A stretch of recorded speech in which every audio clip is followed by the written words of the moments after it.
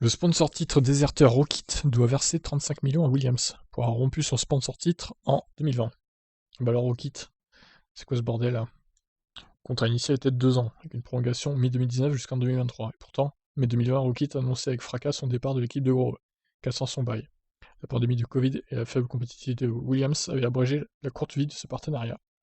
Ce fut un véritable coup dur, et même un coup de grâce pour Williams, qui devait déjà faire face à de lourdes pertes en 2019. La pandémie et le départ de Rockit avaient alors conduit à Claire Williams à mettre en vente l'équipe. Le départ de Rockit en mai 2020 fut ainsi un tournant, comme Claire Williams le confirma en septembre 2020 au moment de la vente de Grove. Nous avions épuisé toutes les possibilités qui s'offraient à nous. Je pensais en arrivant cette année que nous avions pris un virage. Nous avions de nouveaux partenaires en titre qui promettaient beaucoup, puis ça s'est effondré. Et le coronavirus a frappé. C'était la fin de la partie. Il n'y avait pas de retour possible. Si ces deux choses ne s'étaient pas produites, nous aurions été sauvés. Quand les sponsors se sont effondrés et que le Covid a frappé, la partie était terminée. Il n'y a pas eu de retour possible. Dorilton vont vouloir un contrôle total. C'était la conclusion inévitable. Mais Rockit, en cassant un contrat qui courait jusqu'en 2023, s'est exposé à de lourdes sanctions. Williams a logiquement poursuivi la firme bleue en justice. Or, dans un tout récent arbitrage judiciaire fédéral aux États-Unis, le conciliateur de justice a rejeté les arguments de la firme, qui arguait n'avoir pas payé Williams parce que l'équipe de F1 n'aurait pas rempli ses obligations au 1er janvier 2020. Il a été pourtant estimé par la justice fédérale que Rockit avait de manière indubitable promis des paiements complets à l'équipe, sans réserve ou condition jusqu'au terme du contrat en 2023. Williams estime qu'elle aurait dû recevoir près de 26 millions de livres en paiement si le contrat avait été honoré, et 1 million de bonus.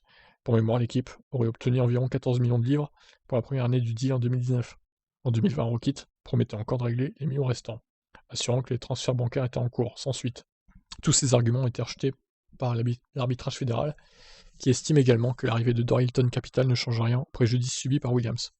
C'est donc une victoire totale pour Williams, et l'arbitrage fédéral californien sommet Rockit de payer 35 millions de dollars à Williams en dédommagement. Si l'affaire Rockit s'arrête effectivement là, l'équipe de Grove gagnerait ainsi un petit pactole, qui serait fort utile pour la nouvelle ère réglementaire. Mais sans ce préjudice, l'équipe serait peut-être encore toujours aux mains de la famille Williams. Oui, c'est ce qui a précipité le rachat par Dorilton en fait. Ce, ce marasme financier. Terrible. Ils ont changé l'avenir de Williams, putain. Nous sommes ravis d'annoncer l'extension de notre partenariat avec Rockit. Comme je l'ai dit en février, c'est une alliance naturelle basée sur la valeur partagée de l'innovation, de l'excellence, de l'ingénierie, de la confiance. Rockit a rejoint l'équipe à une période difficile et c'est important pour nous de voir qu'ils croient en notre vision et sont impliqués pour que l'on y parvienne. J'ai pris du plaisir de travailler avec l'équipe Rockit. J'ai hâte de continuer pendant les 5 prochaines années. Bon, évidemment, ça date de mi-2019. Hein. Depuis, il s'est passé des choses.